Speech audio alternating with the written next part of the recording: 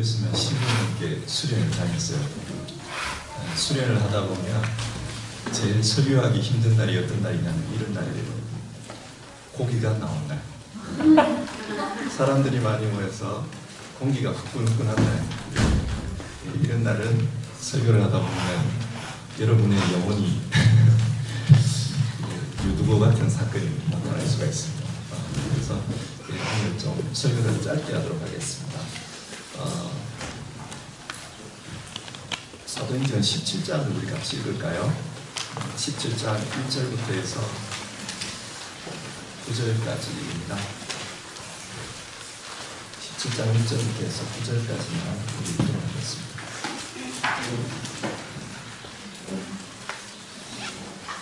1절부터 9절입니다. 한 절씩 교독을 하고 우리 마지막 절은 같이 읽겠습니다. 17장 1절부터 읽겠습니다. 사도행전 17장 1절입니다. 저부터 읽겠습니다. 바울 일행은 암디볼리와 아볼로니아를 거쳐서 데살로니가에 이르렀다. 거기에는 유대 사람의 회당이 있었다. 바울은 자기네로 회당으로 그들을 찾아가서 지난시에 걸쳐 성경을 가지고 가져가더라. 그는 그리스도께서 반드시 고난을 당하시고 죽은 사람들 가운데서 살아나셔야 한다는 것을 해석하고 증명하면서 내가 여러분에게 전하고 있는 예수가 바로 그 그리스도이십니다 하고 말하였다. 그때 가운데 몇 사람이 승복하여 바울과 신라를 따르고 또 다른 경건한 그 사람들과 적지 않은 기후인들이 그렇게 하였다. 그러나 유대 사람들은 시기하여 거리의 불량배들을 끌어모아다가 패거리를 지어서 시내에서 소요를 일으키고 야손의 집을 습격하였다. 그리고 바울 일행을 끌어다가 군중 앞에 세우려고 찾았다. 그러나 그들을 찾지 못하고 야손과 신복의 사람을 폴리카 앞에서 시선을 받는 데에 끌어와서 큰 소리로 외쳤다. 세상에 소란에 대한 그 사람들이 여기에 일어났습니다. 그런데 야손이 그들을 영접하였습니다. 그 사람은 모두 예수라는 또 다른 왕이 있다고 말하면서 황제의 명령을 거슬러 행동을 합니다. 군중과 시청자들이 나를 보고 소란했다. 같이 읽겠습니다. 그러나 시청자들은 야손과 그 앞에 사람들에게서 고소평하고 도와주었다.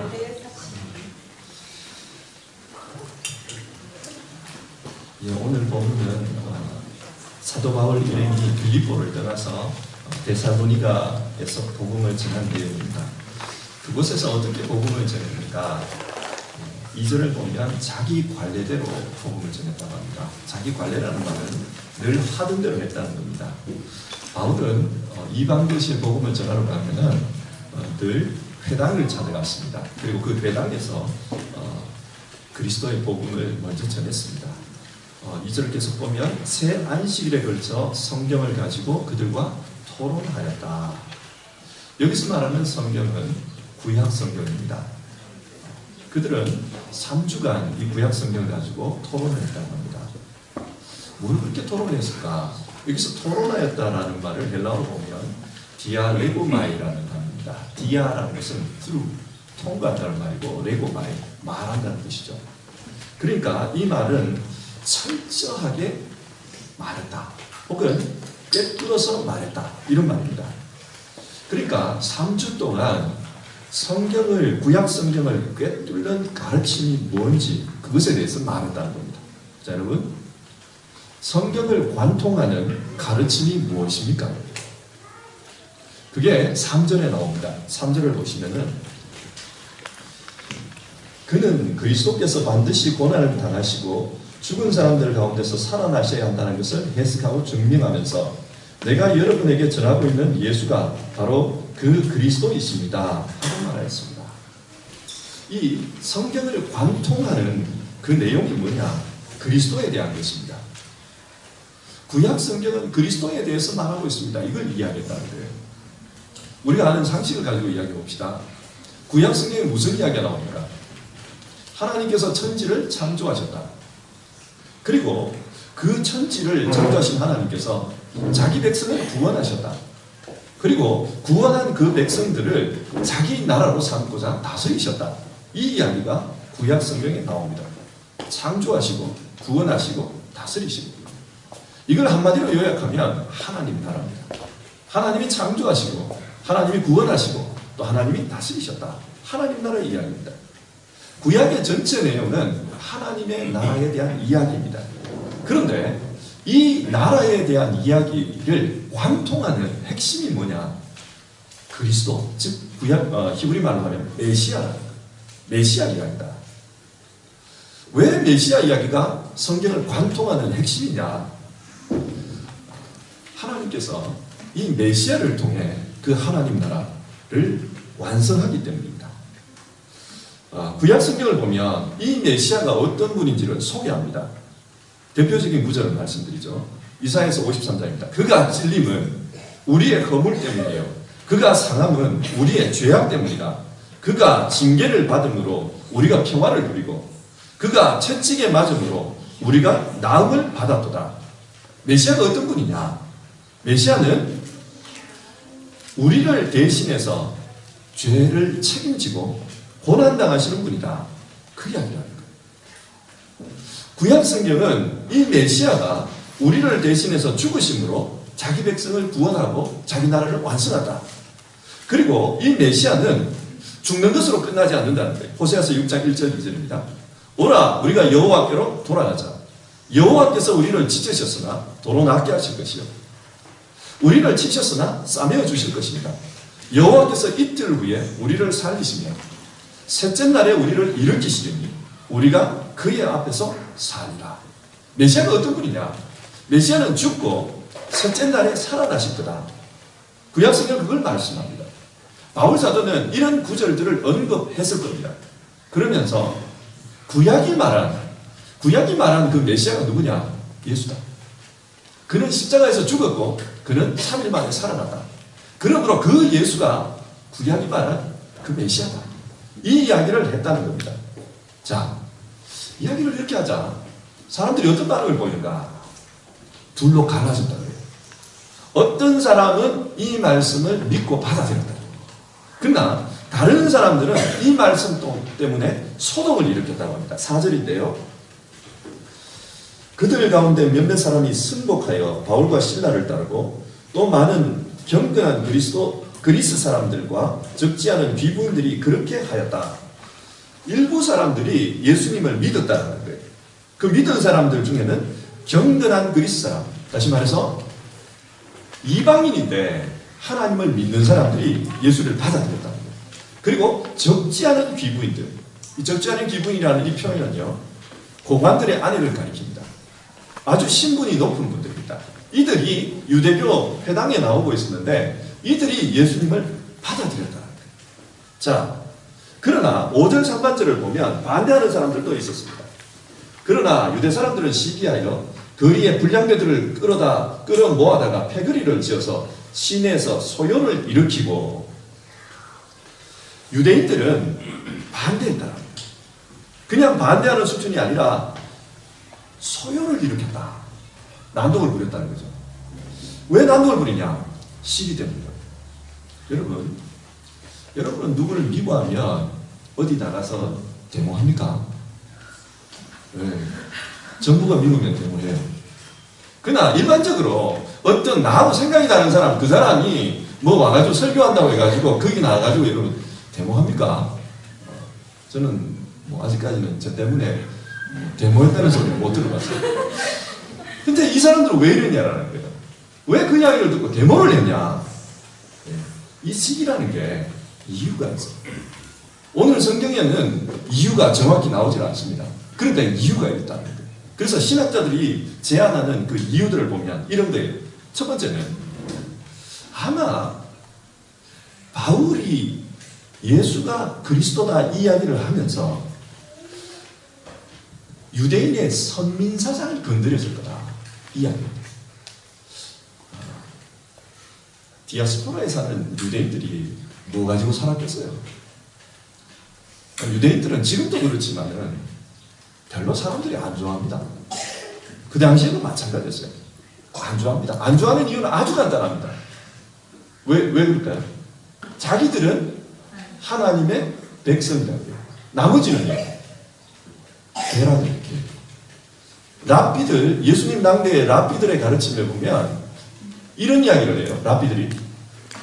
하나님이 왜 구원하지도 않을 이방인들을 만드셨을까? 지옥의 불수지기로 쓰기 위해서 만들었다. 이런 이야기입니다. 자, 그런 이야기를 이방인들이 들으면 여러분 기분이 어떨까요? 만약에 누가 와가지고 너 지옥 갈 거야. 너 지옥 가. 너는 불수식이에요. 만약에 이런 이야기를 우리한테 자꾸 한다. 그럼 여러분 어떤 기분이 들까요? 굉장히 화가 났을 거예요. 그러니까 유대인들을 싫어해요. 그런데 유대인들은 오히려 사람들이 자기들을 싫어하니까 자기들은 그걸 자부심으로 삼았어요. 우리는 달라. 니네들은 개야. 우리는 하나님의 백성이야. 까불지 마. 이걸로 산 거예요. 그 하나 자존심입니다. 세상적으로 나가면 늘 무시당해요. 근데 그거 하나 가지고 산 거예요. 그런데 바울이 이 메시아는 모든 사람을 구원하러 왔다. 이렇게 보입니다. 그러면 선민사상이 없어지는 겁니다. 그렇잖아요. 선민사상이 없어지면 그렇게 사람들에게 박해당하고 무시당하고 짓밟혀도 나는 니네들하고 달라 인간들아 이런 자존심 가지고 살았던 사람들이 자존심에 상처가 확 와버립니다.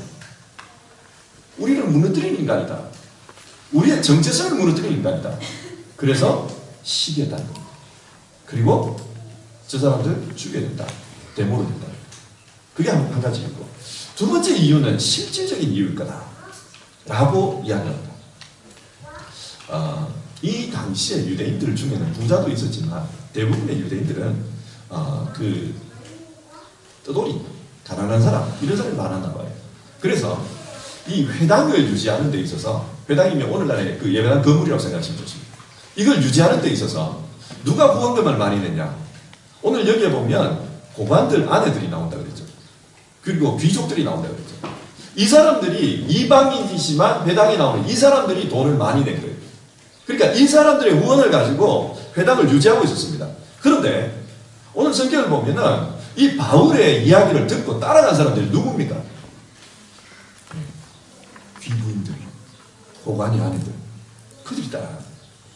유대인 입장에서 말하면 헌금 많이 하는 사람들이 다 빠져나갑니다. 그러면 이제 회당 유지 누가 합니까? 현실적인 문제를 부딪힙니다. 그래서 이들은 이대로 둬서는 안 된다. 이러면 우리 무너진다. 필사적으로 반대하기 시작합니다. 데모를 했다. 자, 그래서 정말 꼴불견 짓을 해요. 불량배를 동원했다.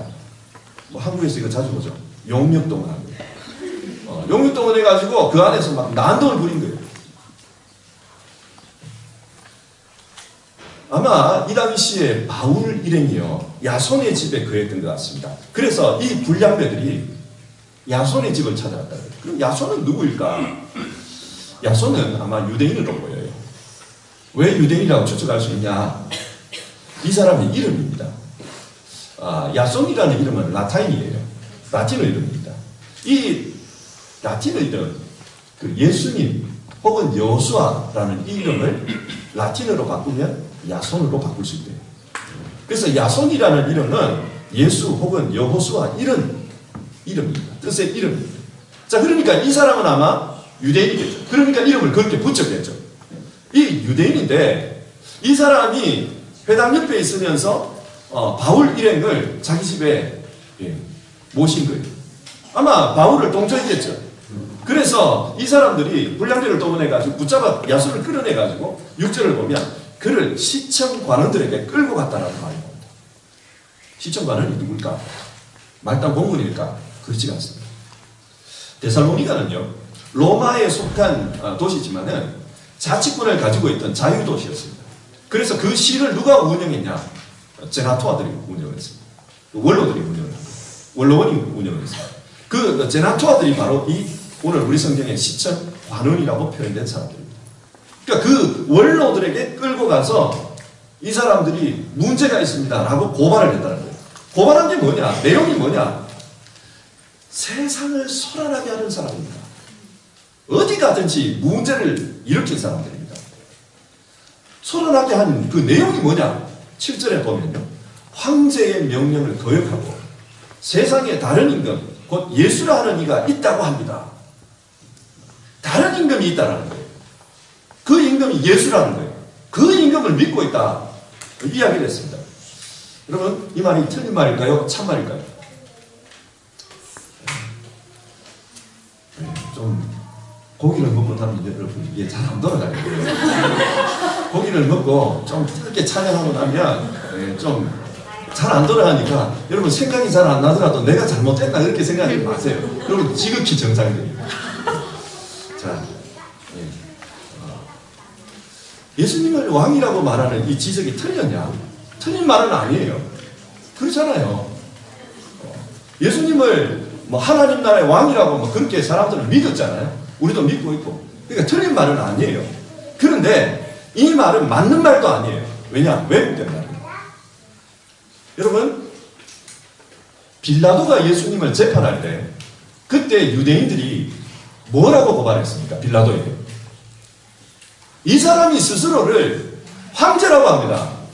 자기가 황제라고 합니다. 그러니까 만약 이 사람 놔두면 당신은 로마 황제에게 거역하는 겁니다.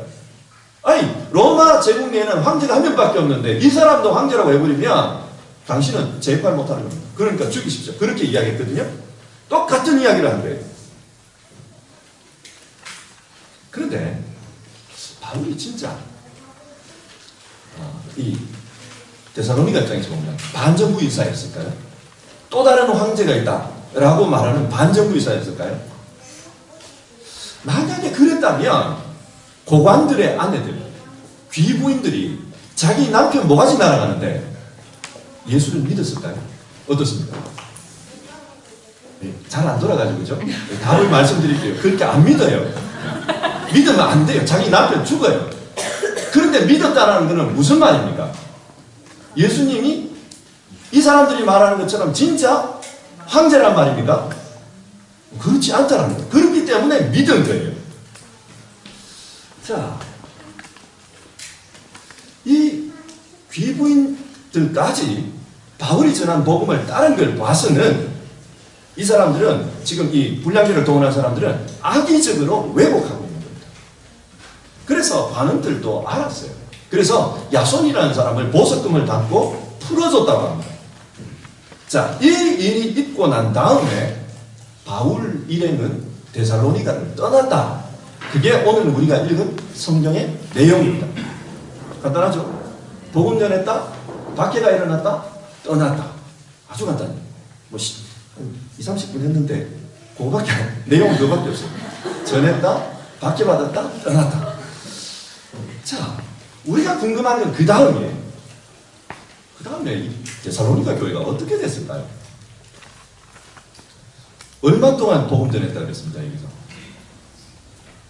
생각이 안 나도 이상한 거 아니니까 의심하지 마세요. 3주간, 3주간, 그죠? 3주간 복음 전했어요. 자, 그러면 데살로니가 사람들은 초신자인가요? 아주 능수능란한 그런 신자인가요? 초신자죠. 그런데 지금 그 초신자들이 예수 믿고 있는 교회에 박해가 일어났어요. 그리고 거기서 복음 전하던 지도자들은 떠나버렸어요. 그럼 이 교회 어떻게 됐을까요? 네? 사랑의 수고가 있다. 예수님이 이런 말씀하십니다. 새 계명을 너희에게 주노니 서로 사랑하라. 네. 교회의 새 계명은 사랑이다. 그렇게 이야기했어요. 그런데 이 사람들이 사랑의 수고를 했다. 사랑은 말로 하는 게 아닙니다.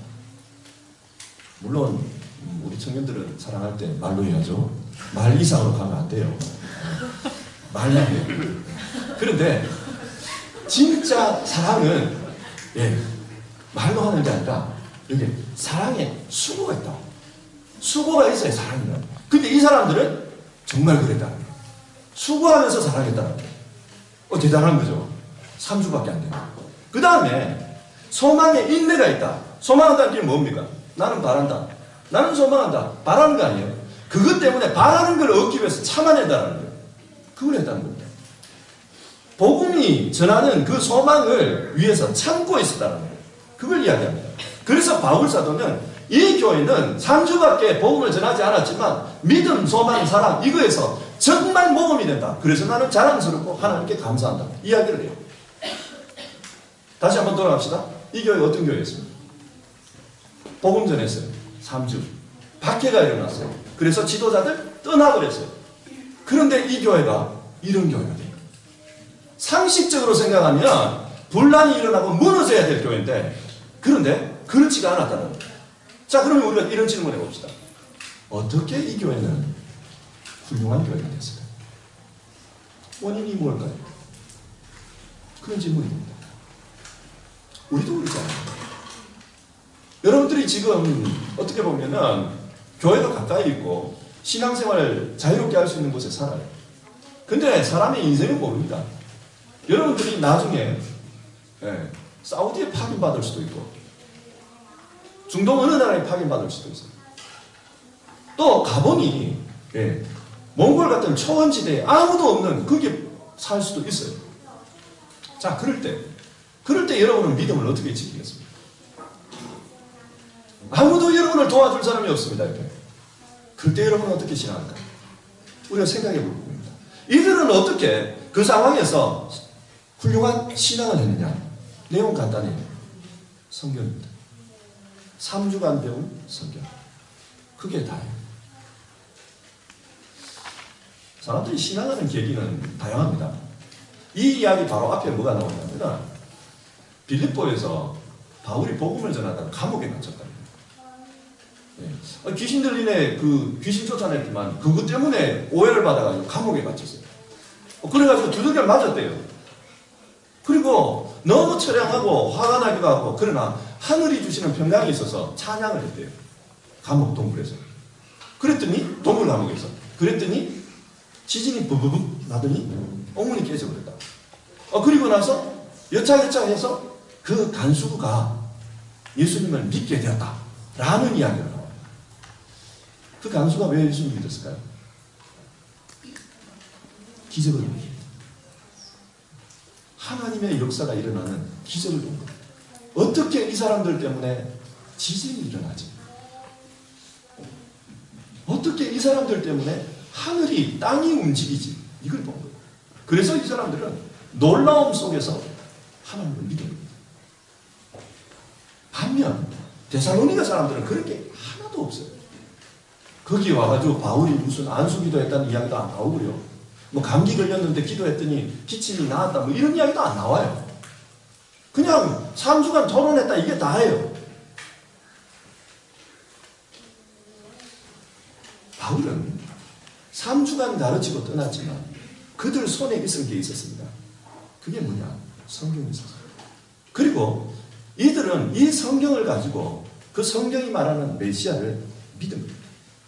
자, 여기서 우리가 생각해 봐야 될 게 있습니다. 하나님 나라가 뭘까요? 하나님은 이 데살로니가라는 이방인들이 살고 있고 복음이 없는 그 지역에 하나님의 역사를 만들어가고 있습니다. 일하고 있습니다. 그런데 거기서 일하는 방법, 하나님의 역사하심, 그게 뭘까요? 뭡니까? 성경이랍니다.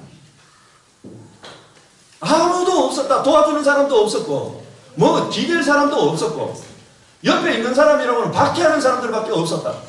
그런데 그 속에서 하나님의 나라가 든든히 서간다. 이유는 성경입니다. 그 성경 때문이랍니다. 예수님께서 하나님 나라 비유를 하시면서 이런 말씀을 합니다. 하나님 나라가 뭔지 아냐? 하나님 나라는 농부가 나가서 씨를 뿌리는 거다. 농부가 나서 씨를 뿌렸는데 어떤 씨앗은 길가에, 어떤 씨앗은 돌밭에, 어떤 씨앗은 가시밭에, 그리고 어떤 씨앗은 옥토에 떨어졌다. 그리고 다른 씨앗들은 다 말라 죽었는데 옥토에 떨어진 그 씨앗만 30배, 60배, 100배의 열매를 맺었다. 이게 하나님 나라다. 그런 이야기입니다. 제자들이 의아합니다. 그게 뭡니까? 뭐 우리 보고 뭐 이제 사람 낳으면 어부가 되라 그러면서 고기잡이 하지 말라고 그러더만 이제 업종 전환하라는 말입니까? 뭐 제자들은 궁금했어요. 뭐 고기 잡는 사람 불러가지고 씨 뿌리는 이야기 하니까 예수님 설명해 줍니다. 밭이 뭔지 아냐? 사람 마음이다. 그럼 씨는 뭔지 아냐? 말씀이다. 하나님 말씀이 그 마음에 떨어져서 그게 결실하면 그게 바로 하나님 나라다. 하나님 나라는 딴 데 있는 게 아니라 하나님 말씀을 받아듣고 믿고 그대로 사는 거다. 그대로 살아서 열매가 맺으면 바로 거기에 하나님 나라가 있다. 예수님 그렇게 이야기했어요. 예수님의 그 예에 가장 좋은 교회가 데살로니가. 이 교회는 하나님 말씀을 믿고 그래서 그대로 살아서 하나님 나라의 열매가 나타났던 교회입니다. 자, 이때껏 다 생략 내용 정리를 하겠습니다. 베레아 이야기도 나오는데 베레아 이야기도 똑같아요. 베레아 이야기도 가보면 베레아 사람들의 신사다. 그래서 성경을 상고했다. 상고했다는 말은 그런지 조사했다는 뜻이에요. 진짜 바울이 네가 말하는 게 맞는지 조사해보자 라고 해봤다. 그래서 진짜 맞아서 그 사람들이 많이 믿었더라. 그 이야기예요. 베레아도 똑같은 이야기예요. 아무것도 없어요. 그냥 성경 믿었다. 자, 내용 정리. 정리할 내용이 없나요? 저는 좀 많은 것 같아요. 데살로니가에서 어떤 일이 있었냐? 성경을 믿고 그리스도인이 되었다. 자, 여기서 말하는 하나님 나라가 뭐냐? 하나님 나라는 하나님의 말씀을 믿고 그대로 사는 거다. 씨를 뿌려서 그 씨가 열매 맺는 거다. 그 이야기.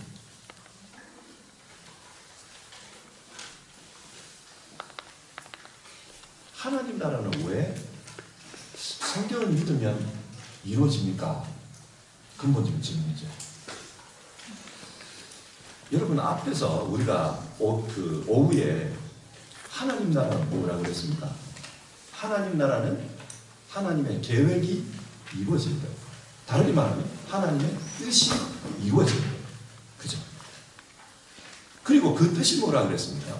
그 뜻은 예수 그리스도를 중심으로 한 통일, 새로운 질서. 세상의 질서는 황제를 중심으로 하죠. 그러나 예수 그리스도를 중심으로 세상이 통일되는 그 새로운 질서를 만드는 것. 그게 하나님 나라였어요. 그게 하나님 계획이었고 그 계획을 실행하는 것. 그게 하나님 나라였다고 했습니다. 그래서 예수 그리스도가 세상의 이 중심이라는 것. 그걸 보여주기 위해서 바울은 열심히 노력했어요. 뭘 가지고? 구약성경 가지고. 구약성경을 왜 봤냐? 구약성경에서는 그가 메시아다. 그가 메시아이기 때문에 세상의 중심일 수 있고 그 중심이기 때문에 그를 중심으로 한 새로운 질서에 들어가는 게 하나님 나라다. 그 말이에요. 그러니까 왜 성경을 믿을 때 하나님 나라가 이루어질 수 있느냐? 예수님이 메시아라는 것을 말해주는 다른 책이 하나도 없어요. 상식적으로 말합시다. 세상의 상식을 가지고 말합시다. 세상의 상식으로 보면 예수는 어떤 분입니까? 세상의 상식. 성경 말고. 학교에서 뭐라 그러던가요? 렐리기온에서 뭐라 그러던가? 위대한 인물이죠. 근데 위대한 인물은 많아요. 석가모니도 위대하시고 공자님도 위대하시고 마호메트도 위대한 선지자입니다. 소크라테스도 위대한 스승입니다. 세상에 위대한 사람 많아요. 그 중에 하나는 세상의 상식으로 예수님이 메시아라는 것. 그래서 그분이 하나님 나라를 만들 수 있다는 것. 이거는 세상의 상식으로 불가능한 이야기예요. 절대로 안 되는 이야기예요. 세상의 상식으로 보면 다른 사람도 할 수 있어요. 예수님이 할 수 있다. 그런데 세상의 상식으로는 안 되는 걸 가르치는 게 이거밖에 없어요. 성경은 예수님만이 메시아라는 걸 여러 가지로 이야기해요. 죽음 가지고 이야기하고 부활 가지고 이야기하고 그의 통치 가지고 이야기하고 그의 족보 가지고 이야기하고 여러 가지로 이야기해요. 왜 성경을 가르치는데 하나님 나라가 선포되냐? 그게 있습니다. 예수가 메시아라는 것을 밝히고 그 예수님이 새로운 하나님 나라 질서의 중심이다. 그걸 밝히는 게 성경이기 때문에 성경이 선포되는 곳에서 하나님 나라가 시작되고 있다. 성경은 그렇게 이야기하는 겁니다.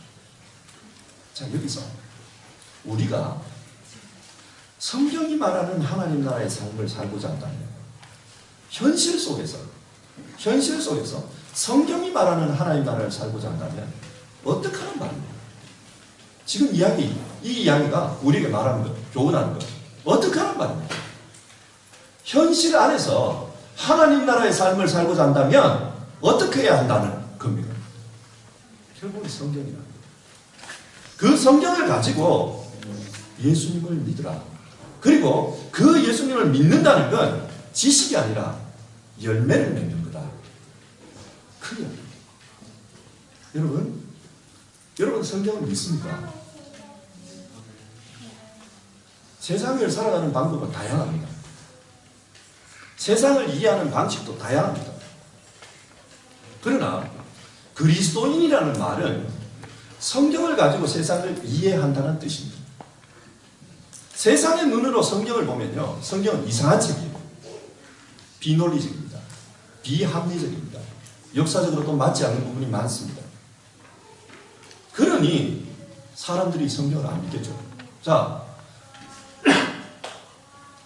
이 세상에서 뭐 72억? 뭐 그 정도 되죠, 인구가. 더 넘을지도 모르겠습니다. 그 중에 예수 믿는 사람이 많을까요? 안 믿는 사람이 많을까요?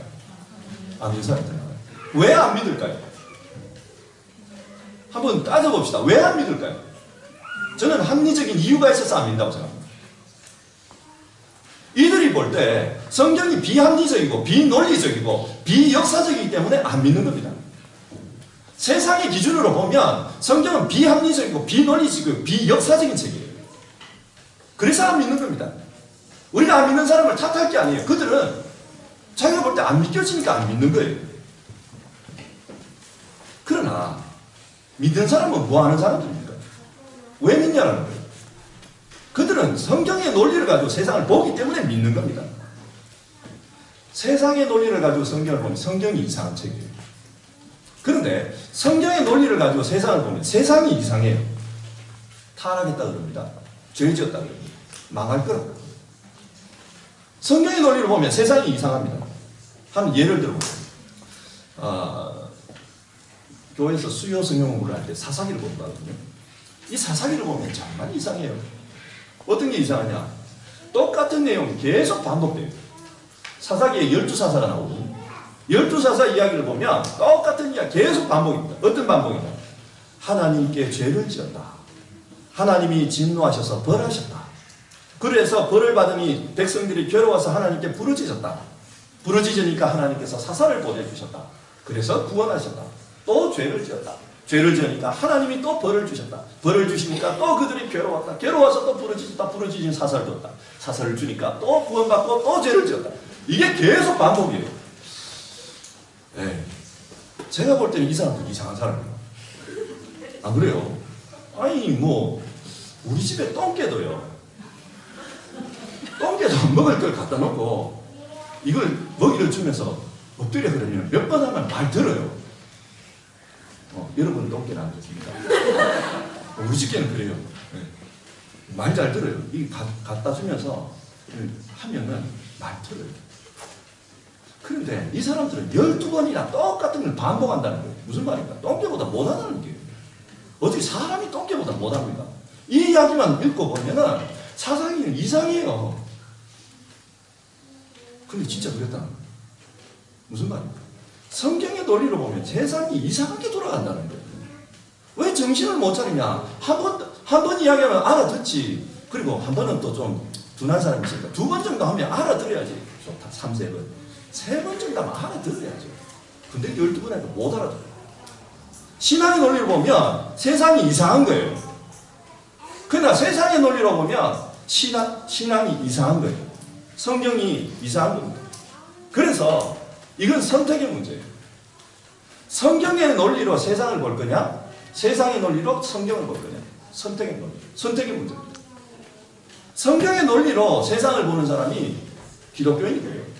세상의 논리로 성경을 보는 사람이 비기독교인이에요. 단순합니다. 고린도전서 1장 18절의 말씀입니다. 십자가의 도가 멸망하는 자들에게는 미련한 것이요 구원 얻는 우리에게는 하나님의 능력이라. 여기도 그러잖아요. 십자가의 도가 세상의 논리로 보면 미련한 짓이다. 그러나 이 십자가의 도로 세상을 보면 세상이 미련한 거예요. 자, 성경의 시각으로 세상을 보는 것, 그렇게 살아가는 것, 그게 기독교입니다. 왜 성경을 믿어야 하는가? 데살로니가에 바퀴가 있었잖아요. 베레아에서도 바퀴가 있었습니다. 유대인들이 따라와서 박해를 했어요. 근데 여러분, 이 박해가 단순하게 괴롭히는 게 아니에요. 왜 박해가 일어날까요? 박해가 왜 일어납니까? 논리의 충돌입니다. 박해라는 것은 말로 해서 해결이 안 되기 때문에 물리적인 힘을 동원하는 거예요. 논리가 충돌했는데 이거는 합의점이 안 생기기 때문에 물리력을 가져와서 때리는 거예요. 박해가 왜 생겨납니까? 기독교인들과 비기독교인들 사이에 자기들 논리를 가지고 충돌을 했는데 극복이 안 되더라. 그래서 박해가 일어난 겁니다. 무슨 말입니까? 예수 중심으로 세상을 보는 사람하고 세상으로 예수를 보는 사람들의 논리는 안 맞더라는 거예요. 성경이 이걸 조금 홀리하게 영적 싸움이라고 합니다. 영적 싸움이라는 게 여러분 뭐 마귀하고 천사하고 싸우는 그런 말도 맞을 수 있어요. 하지만 현실적으로 보면 영적 싸움이라는 게 뭐냐? 현실적으로 보면 논리의 싸움입니다. 성경을 가지고 세상을 보느냐, 세상을 가지고 성경을 보느냐, 그 논리의 싸움이에요. 그 논리가 충돌할 때 박해가 일어납니다. 성경을 믿는다는 것은 예수 중심의 논리를 가지고 세상을 살아간다는 겁니다. 그래서 예수처럼 생각하려고 하고 예수처럼 행동하려고 하고 예수의 꿈을 나의 꿈으로 삼으면서 살려고 하고 그렇다는 거예요. 그런데 그렇게 사는 게 먹혀드는 세상도 있지만 충돌이 일어날 때 물리력이 동원되는 그런 세상도 있다는 거예요. 그러나 그럼에도 불구하고 예수 중심의 논리로 사는 이유는 예수가 세상에 새로운 질서를 가져왔다. 그걸 믿기 때문에 우리는 그렇게 사는 거예요. 여러분, 내가 예수를 믿는다는 게 그런 의미예요. 이게 말이 안 되는 것 같지만 새로운 질서가, 다른 질서가 있다. 그걸 믿는 게 그게 예수 믿는 거예요. 그래서 성경을 믿으면 좀 달라져요. 사람이 좀 어떻게 보면 좀 이상해지기도 합니다. 이 세상적으로 볼 때 좀 이상해지는 게 사실이에요. 그러나 그 예수님을, 성경을 믿고 예수님의 논리로 살아가면 예수의 영이 그와 함께합니다. 다르게 표현하면 예수의 논리가 그를 설득시키고 그 논리로 세상을 보니 이해가 되는 거죠. 세상이 이해가 됩니다. 그래서 그렇게 사는 거예요. 세상은 성공을 가르칩니다. 지배자가 되라고 합니다. 정복자가 되어도 괜찮다고 합니다. 그러나 예수님은 십자가를 지라고 합니다. 하나님 나라를 위해 한 알의 밀알이 되라 썩어지라고 합니다. 여러분, 어느 논리가 진짜일 것 같아요? 어느 게 여러분에게는 더 설득력 있고 맞는 것 같습니다. 이 이야기는 성경을 믿을 때 이해가 되는 이야기입니다. 그래서 하나님 나라는 성경을 믿을 때 우리에게 이루어집니다. 교회가 왜 존재할까요? 우리 교회 정관을 보면 교회가 왜 존재하냐, 교회의 목적이래 가지고 이렇게 되어 있어요. 예수 그리스도의 복음 전파와 하나님 나라를 구현하는 것. 보시죠. 제가 이 문구를 다른 데서 살짝 원형을 봤어요. 의소국 원형이 왔냐면 장로의 신학대학에 가면 장로교가 뭐 하려고 하는 거냐, 장로교 교회는 뭘 하려고 하는 거냐 라는 걸 정리해놓은 큰 비석이 있거든요. 거기에 보면 요걸 그대로 써놨어요. 장로교 교회는 이 신학생들을 길러서 예수 그리스도의 복음을 전파하고 하나님 나라를 구현하는 데이다. 이게 사실은 그 학교의 문제가 아니라 기독교 전반의 주장입니다. 기독교 교회가 왜 존재하냐? 예수 그리스도의 복음을 전하는 데고 또 하나님 나라를 구현하는 데 있습니다. 그러면 하나님 나라를 어떻게 구현할 거냐? 그것은 성경을 믿는 겁니다. 현실적으로, 현실 속에서 생각할 때 하나님 나라를 어떻게 이루어지냐? 이 성경을 믿는 겁니다. 믿는다는 건 아는 거하고 다른 거예요. 믿는다는 건 이걸 내가 진짜 그대로 산다. 그대로 산다. 그대로 살 수 있는 것은 이 논리가 나를 설득시키기 때문에 가능한 겁니다. 저는 우리 교회도 그랬으면 좋겠습니다. 우리 교회가요, 작은 교회예요. 저는 큰 교회가 아니라고 생각합니다. 작은 교회. 근데 이 작은 교회가 할 수 있는 일이 뭐가 있을까요? 이 작은 교회가 할 수 있는 것은 저는 복음을 가르치는 것밖에 없어요. 복음을 가르쳐서 저도 복음대로 살고 여러분도 복음대로 살고 어린 아이들도 복음대로 살고 그래서 그들을 통해 그들 안에 하나님 나라의 삶이 이루어지도록 하는 것 그게 교회가 해야 될 일이라고 생각합니다. 여러분 영혼의 구원은요 성경을 믿을 때 가능합니다. 성경을 믿고 성경의 논리대로 살아갈 때 그때 이 우리의 영혼은 하늘나라를 향해 가는 겁니다. 하나님 나라의 논리로 살 수 있었으면 좋겠습니다. 그러기 위해서는 우리가 성경을 사랑해야 해요. 하나님의 말씀을 사랑하고 그 말씀의 논리로 우리가 살았으면 좋겠어요. 같이 찬양합시다. 찬양해 봅시다. 예. 자, 마이크는 내려가 가져가시죠. 자, 예. 여기 보면 시선이라는 찬양이 있어요. 이 찬양을 부르고요. 우리 같이 기도하는 시간 가져봅시다.